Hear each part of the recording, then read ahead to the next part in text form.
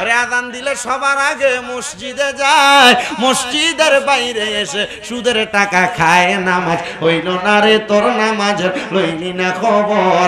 আরে দৌড়লি নামাজ পড়লি নামাজ সারা জীবন পরে, নামাজ হইল না রে তোর, নামাজের লইলি না খবর। মুসলমান নামাজ এমন ভাবে পড়বা যেমন ভাবে পয়গাম্বর নূহ নবীর উম্মত মহিলাটা পড়ছে। মহিলা 2 রাকাত নামাজ পড়ছে, প্লাবন হইয়া পানির নিচে সব ডুইবা গেছে, মহিলা যায় নাই।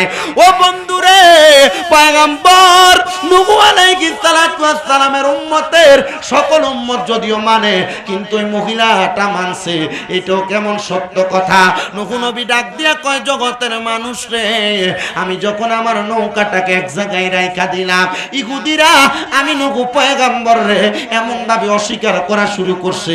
এরা রাস্তা দিয়ে যখন যায়, রাত্রবেলা যাওয়ার সময় আমি নূহ নবীর নৌকাতে পায়খানা কইরা দেয়। এমন অনেক জাতের বালা শয়তান আছে না?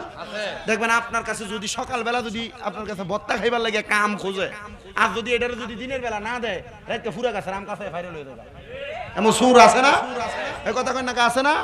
আবার এমন দেখবেন অনেক মানুষ সমাজে চলে ঠিক, সত্য ঠিক, সবকিছু সুন্দর করে, কিন্তু দেখবেন এমন জায়গার ভিতরে আপনার নামে একটা ফেস লাগিয়ে দিব, আপনার বালা কাম যা আছে একটা ফেসের কারণে সব শেষ। কথা কয় না কা আছে না নাই? ভালো মানুষ ভালো ভালো কাজ করে এগুলা দেখতে পারে না। এলাকার ভিতরে এই জাতের শয়তান আছে না নাই? আপনি যদি কোন আছে আমি কমো আছে, যদি কোন নাই তবু কমো আছে, বলে কি লাগে হুজুর? দেখবেন বহু রকমের মানুষ আছে যারা সমাজ যেমন ফিতনা তৈরি করে।